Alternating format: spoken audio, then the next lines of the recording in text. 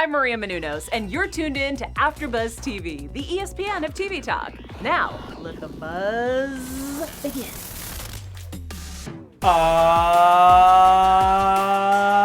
Yes, ladies and gentlemen, we are coming to you live from the world-famous AfterBuzz TV studios in sunny Los Angeles, California. And if we got a show for you, we've got the runway, we've got the highlight dynamite, and we've also got a special guest star. So before we get started with all the dust-ups and fisticuffs, let me go ahead and introduce everyone. I'm going to start with the star to the far, far left, always controversial, the hot take spitting machine. Ladies and gentlemen, let's hear it for Jim Alexander. Wow. That's the best intro I've ever gotten, Jack. Oh. This show's about to be spiced up into a new dynamic reality. I'm excited to hear it, but first up next to you, she's the tea sipping, the tea spilling, fashionista. Ladies and gentlemen, make some noise for Jessica O'Connor. Hello, that is me. How polite. Yeah. Wow. And next to me, she is the indie queen herself, checking out all the stars before you know they're going to be your favorite stars. Ladies and gentlemen, make some noise for Anissa Barr. That's me. And of Put course, yourself over, guys. Jack's doing such a wind-up there. And you're like the ring, and now you're like Justin Roberts times 2. And man. and hailing from inside the booth, he is the commander of the Bing, Bang, and Boom, the 3-time grappling champion. Ladies and gentlemen, it's Josh Alonzo. What's going on, AEW Dynamite? How you doing, Josh? I'm doing pretty well. How about you guys? Seems a lot more hyped than in our shows. I'm an 8 Damn. out of 10 so far. In fact, speaking of me, I am your benevolent host, Fancy Jack Farmer. Yeah. And boy, howdy do we have a show for you. So let's go ahead and just kick things off, guys. Overall thoughts, what'd you think? Good show. Good show. I feel like there's a lot to Strong. unpack here. Yeah, it's You know? just a lot. What do you mean it's a good show? It's a hell of a show. What an ending there. Cody's getting just destroyed with his back and everything. I mean, he was taking some shots. There's another strong AEW show. I think they're really starting to hit into their gear, you know? Yeah. It always takes a while to start getting a new fan base and start moving. But once you kind of get rolling, I feel like they're on a roll right now. They're like blazing through. So I think it's a good time to be an AEW fan. I agree. This when I first heard about this 10 lashes thing, I wasn't really sure how it was going to play out. And when they started it, it seemed like they had a ton of time, and I wasn't really confident about it. But I felt emotional during this. This actually felt like it had a lot of gravity to it. How did you guys feel about the end of the show? Speaking of which, in the lashes, the whippings. I thought it was very theatrical. You know, there was a lot of drama, a lot of build-up. There was lights, cameras, whatever. And, yeah, I mean, it was definitely... I think it lived up to the hype, I guess you could say. Good production values. Yeah, Right? exactly. The thing was, I liked how everyone was around the ring. You have the roster Yeah. out there. You know, you had people supporting Cody. Then you had, you know, it was cool to see his wife because I thought she might have turned on him right there. Yeah. You know, Yeah. True. But it had that emotion, like you mentioned too, because everyone was just there, kind of witnessing Cody getting his back destroyed. Literally, like that Yeah. looked painful. No, legitimately, like we were watching, it, like whoa, we're like literally, like almost like getting Cringy. yeah, it was like very cringy cringy. moment. That Wardlow one too was just Totally. it echoed, and I love what you said, Jim, about how everyone came out first. The heels all came out and they stayed on the stage. It just reminded me of like this is a really big thing. Like It's a big emptying deal. the It made locker it room. feel like a big deal that the Yeah. locker rooms there, people are to take sides and support each side too. It just felt like that was an event to see, right? For everyone in Yes. the locker room, not just for the fans at home. Yes, 100%. And speaking of, you did mention Brandy. It's very interesting. She had been a leader of the Nightmare Collective on Dynamite. For those who watched Dynamite yesterday, the Nightmare Collective sort of imploded, and Awesome Kong and Mel got into a fight. It looks like Awesome Kong's off TV, but then we see Brandy come out, and she's not her. Wait, this is on Dark yesterday? That was on Dark Okay. yesterday, but then today we see Brandy come out, and she's not dressed up as the Brandy we've known. And I thought her coming out, I guess, as Cody's wife did seem, it gave him more gravity. I thought it really felt like this was a big thing that he was getting through. But Jim, I'm with you. I thought that there was a moment where it looked like she was going to slap him in the face. Totally. Like, she was setting up and he was there. I didn't know. That would have worked with a heel persona, right? That would have completely set up a whole new angle to this whole thing. But maybe this is a natural way to use her to turn back to face, you know, if that's the direction they're going to go with. I think that would be fine, you know, because we know that she's Cody's wife. Everyone knows that part of it. You know, it's been publicized since the beginning of the company starting. So maybe she's going to be more by Cody's side now and kind of like it was in the beginning before when things just started rolling at it, which is fine too. You know, if that whole angle gimmick's over, then why not have her as Brandy, Cody Rhodes' wife, you know, and kind of the figurehead of the company too, as we remember. And Jessica and Anissa, how do you feel about Brandy seeming to be another likable person again? I've always felt that she's likable, so it was hard for me to boo her when she was Nightmare Collective. Do you want to see her move to more friendly ways? I think she should have kept the Nightmare Collective and stay out of this situation. I wanted to see more of the Nightmare Collective, see how many more like hair she could chop off of other people. But I mean, it's wrestling. It's all about the hair. You know, It's all about the hair. It's wrestling. Everything changes every single time. So at this point, I don't know like what's gonna happen. She could turn on Cody at Revolution, or she could turn on him next week.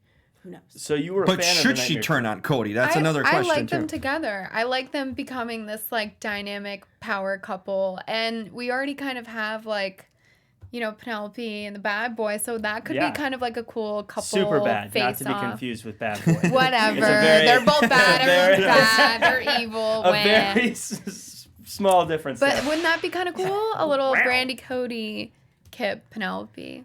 I would watch that. Was a tag team though? I mean, Brandy has wrestled before, But that you know. would be like cool. Maybe it would be like, you know, Cody and, or that. But that would already take happened. Cody backwards. No, but Brandy and Penelope, and then maybe they both get involved on the side. Either way, I think On the side, that probably if, better to if we're just- looking at someone to be out near the ring with Cody, Brandy to me feels like a better fit than Arn Anderson. No question. Personally, like again, no disrespect to Arn Anderson. Yeah. I know there's a lot of history with the Rhodes family and Arn Anderson, the Four Horsemen, all that stuff. Leave the old guys out. just, Tully, like, you know, for Sean Spears, Arn Anderson for Cody. Like, leave the old guys out.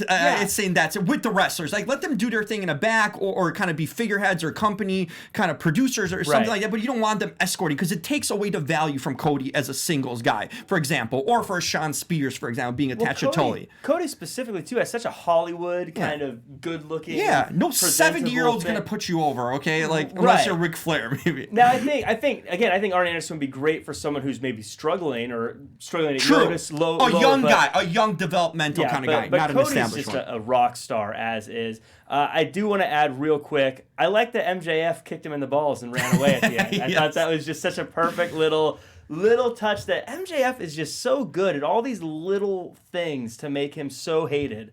I think he's one of the best heels going in wrestling right now. Well, that's what you need. It's a cowardly heel in a sense, because when you look at him size-wise, he's not imposing or intimidating, but he draws great heat, and he draws great heat by irritating the audience, right? And with things like that, he runs away, he would do something shady, but these are the classic heels that we've grown to like over the years in wrestling. And I think that every time he does something like that to a babyface, it just puts him more over as a heel. Yeah. Particularly in AEW, where the bad guys are all people you still kind of like. Right. Like Jericho's very still lovable, even though he's a bad guy. MJF he's just a jerk.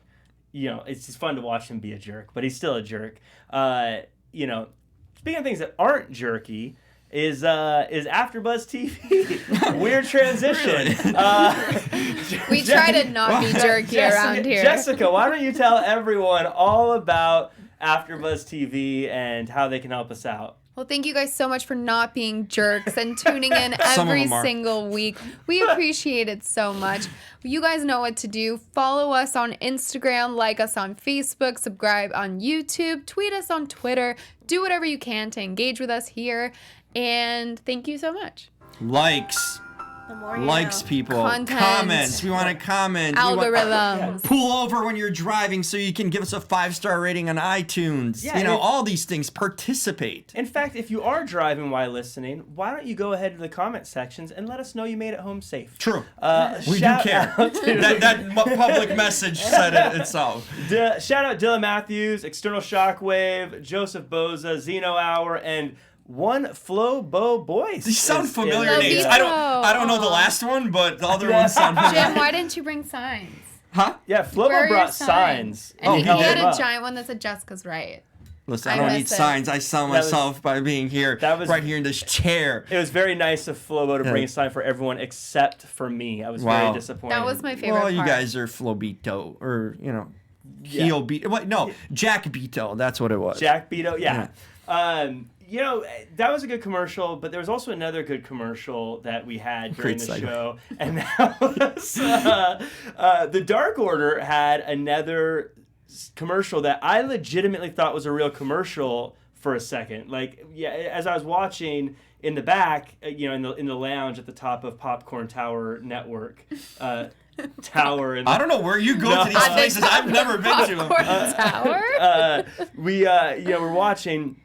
I like literally turned away. It's like, oh, it's commercial. I like, turned away for a second, and I was talking to George Hermosa, who does the WWE pay-per-view after shows and after 83 weeks after show, and we're talking. I was like, oh wait, this is a Dark Order commercial, you know. And Good to know you're paying attention Yeah. at all times. but Yeah. it was just so like these Dark Order videos are so well done.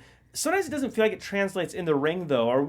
Should we expect more from the Dark Order, or where do you guys feel with them at this point? I'm 0% invested. Wow.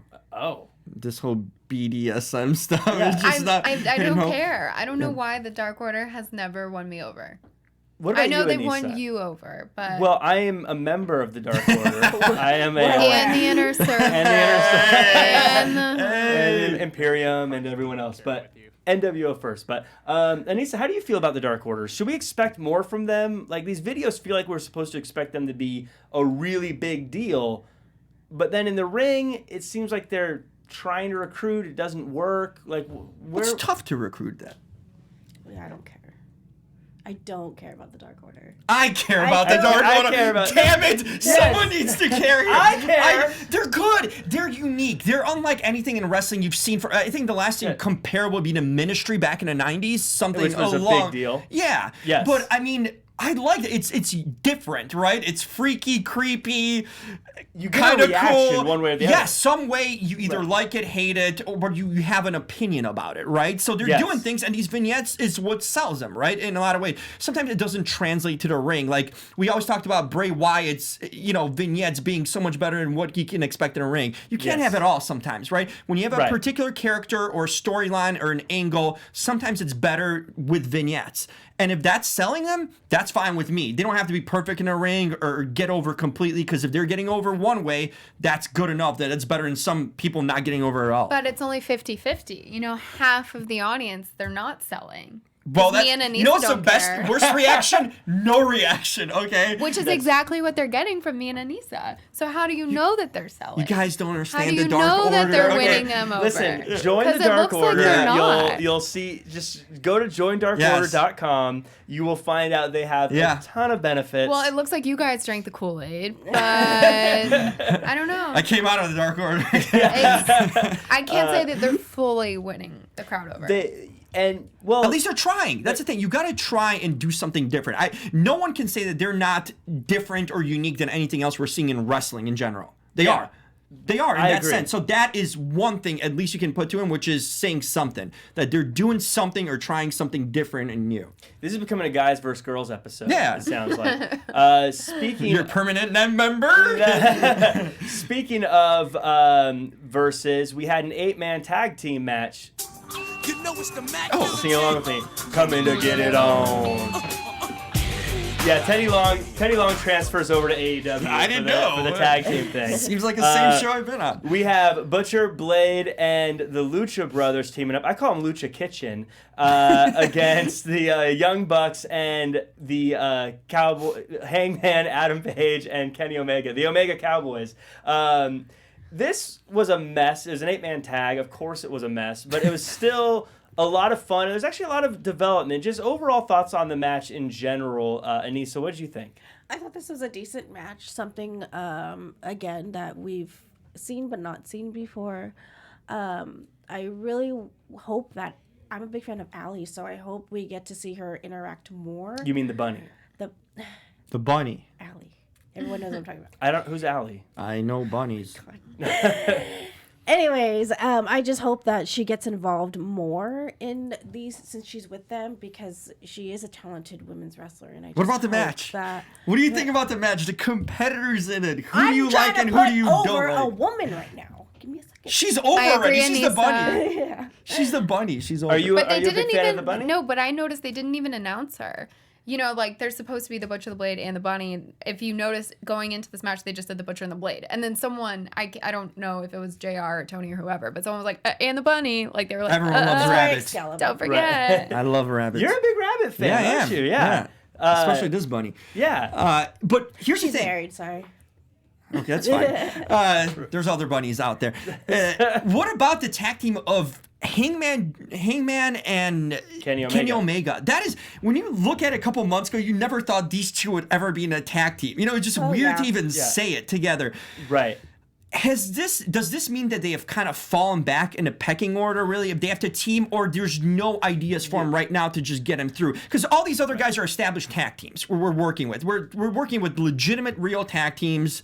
Right. The Lucha Bros and obviously the Young Bucks, but they're just kind of the scrapped up of singles guys that have been put in a tag team. Either they should be dominating when you look at their singles careers, because they're probably, if you judge them individually, they're ranked higher than anyone else as a tag team. But what does this mean for them? I actually think this has been a good rebirth for them, because I think they came in to AEW with a lot of expectations. They weren't really living up to them. This isn't like the world title scene, which is where they probably deserve to be, but I find them so entertaining together. With Hangman's going through this drinking too much thing, and Kenny Omega, the guy, like trying to be like, no, we're still cool, he just drank too much. And it's like become a fun thing. Kind of, it reminds me a bit of, if you watch Raw, Kevin Owens and Samoa Joe, who are supposed to be bigger names than tag teaming, but when they're together, they're so entertaining. It's great.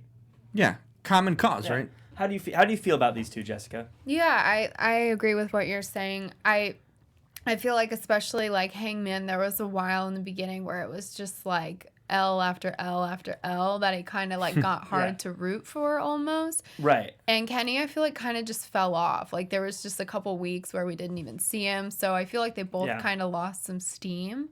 And yeah, I feel like now they're getting some shine. They're racking up some wins and but is that going to help him? Building a storyline a bit. Is that going to help him long term? Is that going to get him to that place they were supposed to be? Is that going to bring Kenny Omega to the top of the food chain where he was supposed to be? But maybe that's not what they want. Listen, all those nerds out there all over, especially in Japan and China, they were saying how much they love. Kenny Omega was the second coming of Steve Austin, right? In a lot of ways. He was the guy. And for him to be at this point right now, not viewed, he should have been literally the top guy in AEW or any company. So if that's going to help him get to that point, cool. But that was the hype with him. So we should say too, to put you over, Jim, you were actually at All Out in I was Chicago. in Chicago. So Yeah, you got to feel the energy when he came out. It was crazy. And be a part of all that live. And and people are over. You see, that was the fresh Kenny Omega. It was the first time we got to see him outside of the Indies, or that was on a big stage, and people were still over him. It was just shocking to see him take a loss at a place like All Out, right? When you expect him to win, especially he was supposed to go against Moxley, but he got Pac. But I just haven't seen the Kenny Omega that everyone's been touting for years. Where's that guy? Anissa, he's an indie king, right? I mean, what happened to Kenny Omega Japan version that everyone wanted to see him? The Bullet Club happened. Anissa, I want you to. That's all he is, a Bullet Club? This is I want to hear you defend Kenny Omega. I really can't at this point because I just don't get what they're doing with him. I feel that right now he's not doing too much because you have to realize he's been doing this for a long time. His body, you have to reflect on his body, and he's probably thinking about his body more. That's a problem. If you're on national television, you gave your body to Japan when no one saw you. People saw him in Japan. Yeah, you know that other side of the world, but I saw him when I in Japan. Well, I didn't go to Japan, but I stayed up. I didn't look for those tapes or those footage online. That's for sure. Because you don't watch indie wrestling. That's right. That's the issue. But we watch New TNT. Japan. I wouldn't call indie wrestling New Japan. It's just I would say it's from another country. But well, so I want to. It's a quick comment on this. I feel more that in order to understand Kenny Omega and Cowboy Hangman Page with their gimmick, it feels like more of that situation is on Being the Elite on YouTube, and I feel we're missing a lot more on TV because they're putting more of it on Being the Elite, because you have to remember a lot of people don't watch Being the Elite, and a lot of people, vice versa. So I feel like AEW needs to really think about what's best to put on Being the Elite to make the audience more captivated to watch. That's AEW fair. And so That's a good point. Because TNT's what matters. Yes. Okay, that's what pays the bills at the end of the day. That's where majority of our audience is. Not the hardcore diehards will go watch online, the content, but they got to bring their best stuff to TV. If you're not bringing your A game, I don't want a good practice player. Okay, I want the guy that plays in a playoff game and comes through. Just like with Being the Elite this past week, there was a Dark Order mask in Christopher Daniels' bag, and SCU was like confused, right. And then we see Christopher Daniels comes out, try to go face off the Dark Order. Do people know that? No, because people are not watching Being the Elite. Speaking of things that people are watching, we have to move on. Sorry to cut you off. They're watching this right now. But I do want to touch quickly on the post-match interview with Omega. Pat called him out, and he said, "You don't care about Nakazawa because I've been beating him up, and you're not agreeing to another match." Then he implied he was going to beat up Riho. Kenny Omega agreed to the match, but before Pac left, Nyla Rose came out and powerbombed her through a table. It looks like they're going to have a match for the title down the line. Do we want to see Nyla Rose take the title off of Riho? Yes. I'm down. Sure. About damn time. I mean, she won the first ever Rumble match, right, that they had. Right. Was it a Double or Nothing, right? You would think that was the sign that would skyrocket her and she'd win the first women's title, which she hasn't to date. That's a problem. If that's who you're banking on from the beginning to be the big star of your women's division, the most fearsome, the most feared competitor, and she's still months, we're already in 2020, we're months into that, and she still hasn't gotten the title. It's now or nothing. You better put that damn strap on her, or else she's a lost cause. Then she's forgotten. Then she's almost a secondary act. I think it also frees up the women's division, because right now Riho, for one reason or the other, I don't know the reasoning, but Riho hasn't been on TV very often, and it really stunts the division when you can't have a champion on regularly. I think it's because she has a deal with all the women's Japan. Right. So there's some. Well, then drop that. There's some kind of issue why she's not on TV very often. I think that slows things down. But we have Nyla Rose. She looks like she's coming forward as the next big threat. But we saw another women's match today that I thought was really interesting. Yuka Sakazaki. Good enough. Beat Britt Baker. I apologize on getting the name wrong, but beat Britt Baker. I was surprised Britt Baker lost here. She's a new villainous character. Obviously someone who's on the runway all the time. Jessica, how do you feel about Britt Baker and her continued descent into villainhood? I just think she's super inconsistent. Like, as a wrestler and as a character, like, you just never know what you're going to get from her. Either she totally kills it and she's great, or she fails. Yeah. And sometimes she's evil, sometimes she's this, like, genius dentist. The only thing she consistently does right is her outfits. So yes, that's all I can give her. She's consistently fashionable. And has great hair. She does nail that every single time. She knocked out a tooth, though, from poor Yuka. Anissa, how did you feel seeing that? Of course it was a tooth, by the way. Yeah. I know that's... Wah, wah, wah. It was one of those things... I thought it was kind of campy, but I also liked it. For some reason, I thought it was fun. Do we think we're gonna see? Actually, Anissa, let me again ask you. Sure. Did you like seeing this match? Do you like seeing Yuka competing again? Do you want to see more of her? Yeah. With Britt Baker, I like the way they're going with her. I do feel that she needs a little more practice on cutting promos as a heel. But I do like this whole heel gimmick vibe I'm getting from her, because she can use the dentist, as her being a dentist, as an advantage as a heel. She come out and bring some two pliers or something and ready to like 1950s working on dentistry. This is Dr. Britt Baker, okay? Right, but I mean, you know. Yeah, but she's gruesome with it and like yank them out. No, you know, she's not she gonna is give top you of the line Novocaine. equipment. Okay, I'm going there for teeth cleaning soon, and whenever I'm in Orlando. This woman's doing it all. Okay, she's got a real job on that Rico somewhere in Japan or wherever she is. She's consistently showing up. She's trying new angles. Yes, she's trying. like that. Look at this. Yeah, there you go. This is. That we see Britt Baker coming out with this to the ring. See, that would be fun. Listen, that would be fun. That I would would be like This that. isn't a zombie movie. Is this Rico in the background? I don't know if I would probably laugh if I saw Britt Baker walk Dr. out with Britt. it. Well, that's Britt like has the- exaggerated, but they could. I get what you're saying. Yeah. She needs to bring some mouthwash with her, a bottle of mouthwash, bring some new equipment from her office. Listen, that's gonna sell her completely as the doctor. I want a doctor gimmick with her. I want a dentist doctor gimmick with her, a heel one. So you want her to continue the Bring the some dentistry. floss and just like That's what I just floss said. someone after she pins them, kicks them in the face. So you and Anissa agree? I think Kinda. we're on the same page. I don't want to I'm admit gonna- to it, but yes. I just wanted that moment to happen, guys. It happened here live on TV. But as Anissa's mentioned, happy about it. As mentioned, Britt Baker always looking good in the runway, and that means it's as good as time as any for one of our favorite parts of the show, and that is the runway with Jessica O'Connor. Oh damn. Okay. Ooh. Welcome, Jim, to your first runway. I would have danced up front there. Yo, wait. Oh. And that's when they cut the music. Oh. Well, That's guys. what's up. Tonight's all about dynamic duos. It's love month. I don't know. I'm feeling the love for other people, not myself. Start feeling it for yourself. We have Kip Sabian. I love this photo so much. And thank you, AEW, for finally posting some still photos on your Instagram right after the show. It means so much to me. It makes me feel like maybe you heard my complaint on the show. I don't know. They but did.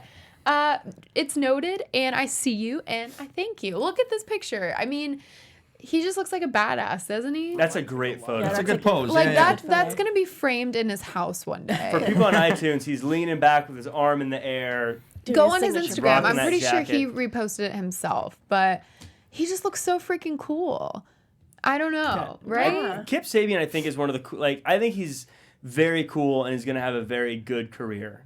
Yeah, he's got potential for sure. He's And- got charisma, right? He's That's another swag, super so. young guy too, I think. There you go. yeah, look at him. He just looks great. And you know what? He's got a good girl to match. I didn't have another great photo of her, but this Hey. was, her essence. This was her vibe. She had, this all black sunglasses, beach blonde hair. She's just like, Is that you, Jessica? You're describing yourself. Hey guys, it's she me. looks amazing, don't you think? It's Jessica O'Connor. She's I'm starting to get it. Yeah, this is why guys, come on. Yeah. No, but I don't know. Like, I like that she's tough, but she's also like feminine. I don't know. I think she's cool. I'm a big fan of Penelope Ford as well. She had she was in a tag match on AEW Dark. It was an intergender match with her and Kip against Kenny Omega and Riho, and it was interesting. It wasn't one of the standard guys fight the guys, girls fight the girls, but the guys fought the girls and the girls fought the guys as well, and I thought it played out pretty interesting. My favorite 2020, man. 2020, Anything can happen. anything can happen. And speaking of Kip Sabian, Put him in a dark order. Speaking of Kip Sabian, they had we had a match between him and Joey Janela, one that they've been building to for months over Penelope Ford. And Kip Sabian got the win here. Is this the end of this feud? Do we want to see them move on? How do you guys feel about Joey Janela versus Kip Sabian? Kip Sabian getting the win here. I feel we need more storyline on TV, but we see a lot of it on Twitter.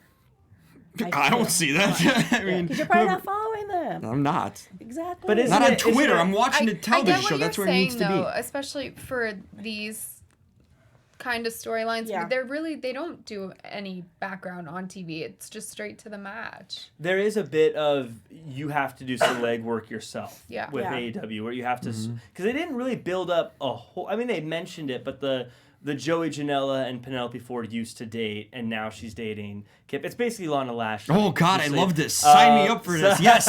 So yeah, it's basically that kind of thing. But it looks like Kip got the win. My favorite part of the night was Joey Janela saying "kick me in the back" and Kip Sabian backing up and then just putting him in a sleeper hold. It was a funny little move there. And as with lots of funny little moves, we're gonna funnily move this right along to our newest segment of the night. That's right, it is Dynamite Highlight with Anissa Barr. I thought you were going King's Court. Whoa! Something explodes. All right, guys. Thank you for tuning in. As always, the highlight person of the week is my favorite person, Orange Cassidy.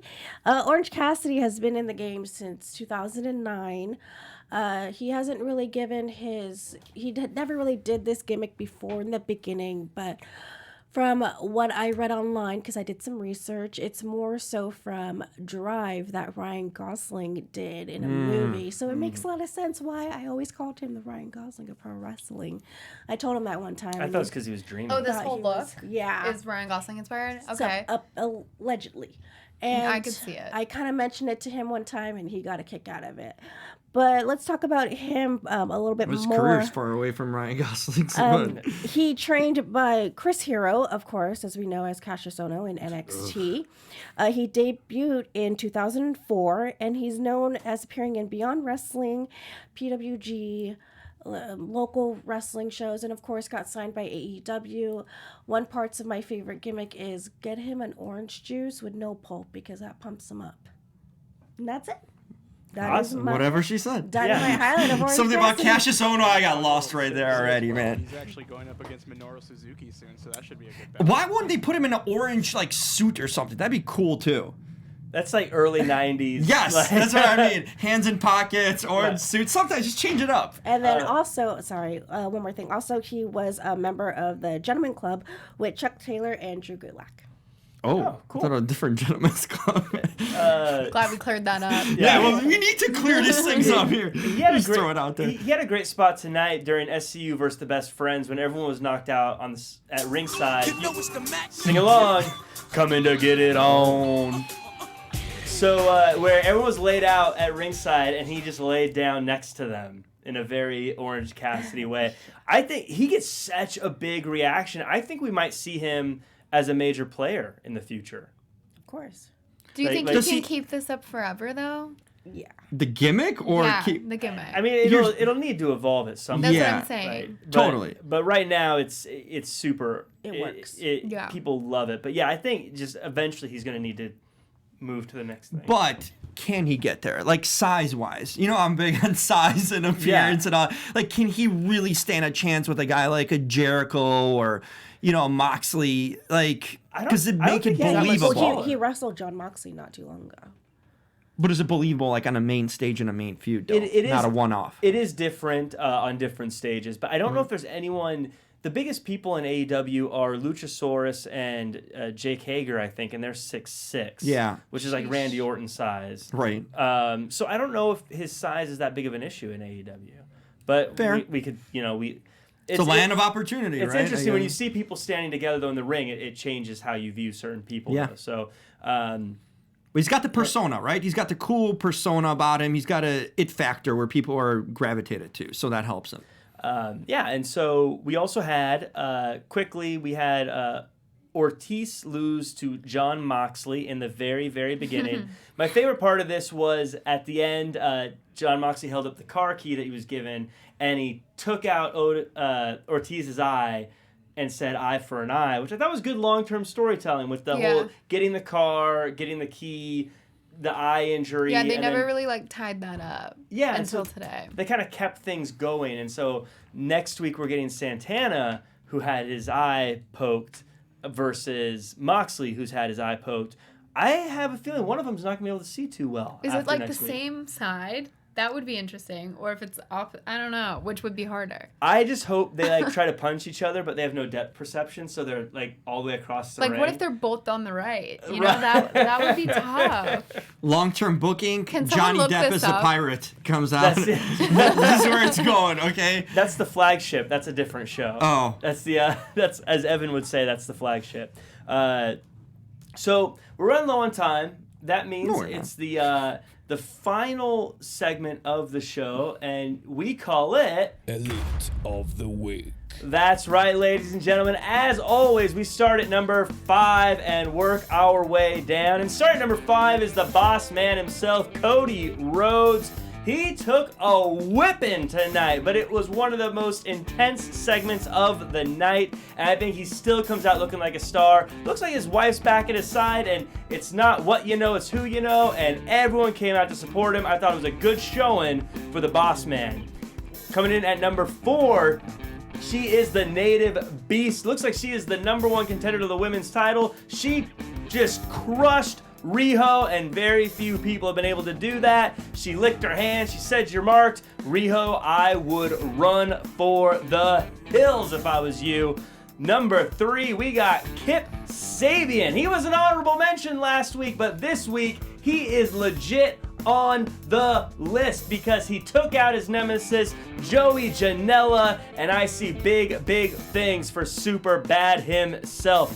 Number 2, Hangman Adam Page. That's right, I'm just putting him in there. He is so entertaining right now. If you take his beer away, a bigger beer shows up. He does what he wants, when he wants, and how he wants. And if you have a problem with that, you got a buckshot lariat coming your way, mister. And number 1, Yes. MJF. He took 20 minutes to deal out 10 lashings because that's how he does his thing. He runs this show. He does whatever he wants. He's number 1, as he should be. I cannot believe you didn't include Elite of the Week. Chris Jericho. That must be a first. A little bit of the bubble. Like, he didn't even make top 5. He's been your number 1 for, like, ever. Yeah. Jericho had a tough week this week. Wow. He had a tough week. I mean, This is music to my ears to hear you. listen, these lists, as mentioned, there's spreadsheets, there's tack Data. boards with yarn connecting different things. There's lots of Metrics. data. I've literally got 7 people with 100 filing cabinets filled with information on the 3rd floor of the Popcorn Talk Network Tower, where they work diligently. Running the numbers, yeah. That's why you don't show your Raw, right? Is this the reason? That's why. Man. I was, I wasn't on Raw because I was stooped over a desk just looking through all the notes. And that's what they came up with. And No that- Jericho. That's what they came up with. I mean, Okay. it was hard, but It's just shocking, Jack. That's like me You've not changed. That's like me not putting Yeah. Liv Morgan and Mandy Rose in my King's Court. Okay, this is major news. you know, it's Major. it's growth. I like to call it. You know, I'm not growing trying to myself. become Speaking of which, Jim, I asked this to Yeah. everyone. I haven't asked you yet. Are you team Inner Circle or are you team Loser? I'm never a team loser. I'm Yes! always an Inner Circle. Another man. Inner Circle member Yeah, losers. joined. No well, when losers. you Yeah. word it like that, Yeah. Jack. I don't know how else you'd Thanks word for it. setting me up properly. Yeah. So that means you both sold your souls. Hey, Guys whatever versus it takes. girls this episode, I Whatever guess. it I takes, don't man. know. I rented it. Do the out. job. You rented it out. We're in the Inner Circle. I know what's Yeah. up. So yeah, lots of fun stuff this episode, and lots more to come. So we're about ready to wrap it up. No. But before we go, Jim, all the way on the end, how can everyone find you? What's up, nerds and marks? I'm back. I'm all over your screens. I'm on every show. You can follow me if you want more of me. I know you do. At the Jim Alexander on all social media. Real Talker's a place to be. RELTalker.com. I'll be around. And Jessica, where can they find you? You can follow me on Twitter at JO'Connor with 3 N's and on Instagram at JessicaO'Connor_. And Anissa Barr. You can follow me on all social media at Anissa Barr. Also, follow me on my social media because Bar Wrestling's having a big tribute for Kobe Bryant as well as PWG. They're having a tribute for Kobe. They actually named their show Kobe Bryant. So tune in to my social media, and that's it. And Josh in the booth. You guys can find me on Twitter, Instagram, and TikTok at JOAL323. Oh, I need to see those TikToks. Yes, awesome. And you can find me, I'm Jack Farmer, at Real Jack Farmer, across all social media, as well as on the WWE Raw After Show every Monday at 9 p.m. Pacific with Jim Alexander, as well as the AEW social media scam. It airs every Wednesday night. I'm going to go record it right now. Make sure to check that out as well. And until next time, ladies and gentlemen, do your best and be yourself. Our founder, Keven Undergaro, and me, Maria Menounos, would like to thank you for tuning in to AfterBuzz TV. Remember, we're not just the first, we're the biggest in the world, and we're the only destination for all your favorite TV shows. Whatever you crave, we've got it. So go to AfterBuzzTV.com and check out our lineup. Buzz you later. The views expressed herein are those of the hosts only and do not necessarily reflect the views of AfterBuzz TV or its owners or principals.